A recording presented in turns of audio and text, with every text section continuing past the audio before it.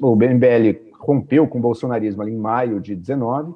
Agora, o Sérgio Moro não, né? O Sérgio Moro seguiu mais de um ano, não só participando do governo, mas defendendo o governo em diversas ocasiões, inclusive no Roda Viva, a gente lembra bem. Inclusive, às vezes, fazendo o trabalho sujo do governo. Lembra quando teve a questão com jornalistas, de deportação de jornalistas, o Moro chegou a flertar com aquilo. Como é que o MBL encara e justifica essa participação de mais de um ano do Moro no governo, participação em que, ao mesmo tempo que a gente sabe que ele estava engolindo muito sapo, estava defendendo tudo também, dizendo que era tudo ótimo, defendendo o Bolsonaro, defendendo o Flávio, defendendo as medidas do Bolsonaro.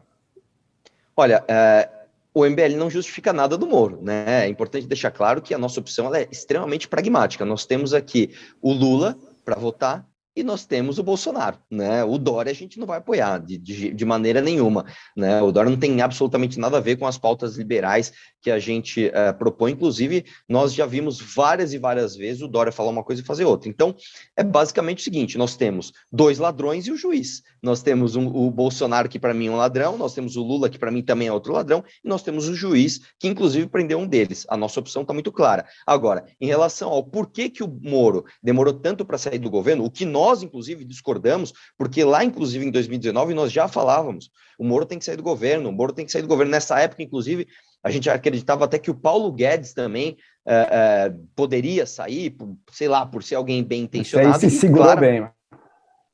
Claramente se mostrou que não tem a menor boa intenção, né? O Paulo Guedes, ele, inclusive, foi mordido pelo aquele mosquitinho do poder, e ele está lá passando pano para tudo que ele atacou a vida dele inteira, né? Inclusive aumento de impostos e quebra do teto de gastos. Agora, em relação ao Moro, a gente não justifica, eu não vou me justificar pelo Moro. A justificativa dele ele estava bem clara. Ele diz que durante a trajetória dele no Ministério da Defesa, ele pôde fazer grandes coisas e trazer bons resultados, o que eu também confirmo, né? Inclusive no livro dele conta bem o caso daquela menina que foi achada na mala, etc., e eles conseguiram prender toda aquela quadrilha, os índices de violência na gestão Moro diminuíram. Então, foi uma questão, vamos dizer assim, de visão diferente num momento em que estava tudo conturbado e estava tudo muito nublado. O MBL viu com muita clareza, antes de muitos outros, que o governo Bolsonaro era um governo, inclusive, criminoso. Agora, eu não posso ficar apontando o dedo também, ficar apontando para todos aqueles que demoraram um pouco mais a sair, vamos dizer assim, e dizer que, você... Não, né? Inclusive, eu não digo nem só dos políticos, dos próprios influenciadores. Tem tantos influenciadores que nos xingavam diretamente, inclusive nessa época, e hoje estão ao nosso lado, que o nosso papel não é ficar apontando o dedo e falar, eu saí antes de você, não. Eu acho que o papel aqui é justamente dizer, você defende os mesmos valores que eu, você também acha que é um absurdo o país estar nas mãos do Lula e Bolsonaro? Sim, então vamos juntos combater essa dicotomia. Deputado, qual foi o acordo fechado com o Sérgio Moro, né? Você esteve reunido com ele e conversaram, claro, sobre a saída dos líderes do MBL ao Podemos, né? O que foi fechado com ele? O que o MBL está reivindicando a Sérgio Moro? Vai pedir a vice? Pede o apoio à sua candidatura ao governo do Estado?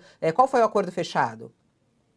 Na verdade, isso é uma coisa até bacana de contar, porque não houve, de fato, uma reunião onde se colocou ali os termos e fizemos um contrato, né? Uma coisa que acontece, e é bem bacana na Terceira Via, é que esse apoio, ele vem quase que de uma maneira espontânea e natural, né? Você vê, eu não digo nem só do Moro, mas eu digo de todo mundo hoje que se junta no que se chama de Terceira Via, inclusive outros influenciadores, a gente vê durante aquela batalha, né, contra o PT e contra o Bolsonaro, você acaba vendo quem é que está do seu lado. E o Moro, naturalmente, participou de tudo isso. Quando houve, de fato, a intenção do Moro se candidatar, houve um pedido do Moro para que a gente se filiasse ao Podemos. E aí a gente iniciou uma segunda fase, que foi a fase da negociação partidária, né?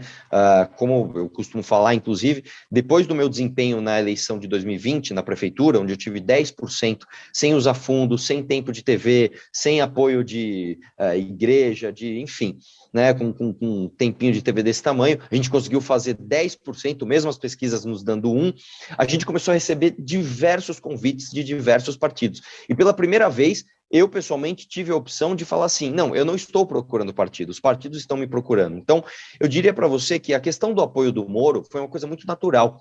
né? Não houve nem ali, mas você faz isso, você faz aquilo, não teve isso. Foi uma coisa completamente espontânea e natural. A fase de negociação que houve e que demorou um pouquinho foi diretamente com o Podemos, né? Onde a gente fez ali algumas exigências, por exemplo, a garantia da minha legenda para disputar o governo do Estado, colocar na chapa os garotos e as garotas do MBL que nós apostamos, enfim, e outras coisas que ficaram ali na negociação e deu certo. É isso um pouco que você está falando, deputado? A carta de independência que vocês exigiram um pouco do Podemos, assim, de o pessoal ter total independência dentro do partido, é isso?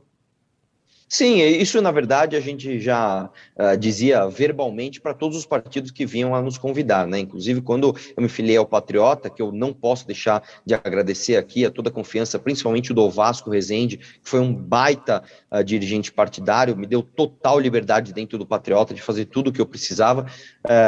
Isso já estava muito claro, inclusive, antes mesmo da gente sentar para conversar. Então, teve mais alguns outros detalhes ali institucionais que foram, felizmente, fechados e deu tudo certo. O casamento vai seguir. O Kim vai ser candidato a deputado federal mais uma vez, não?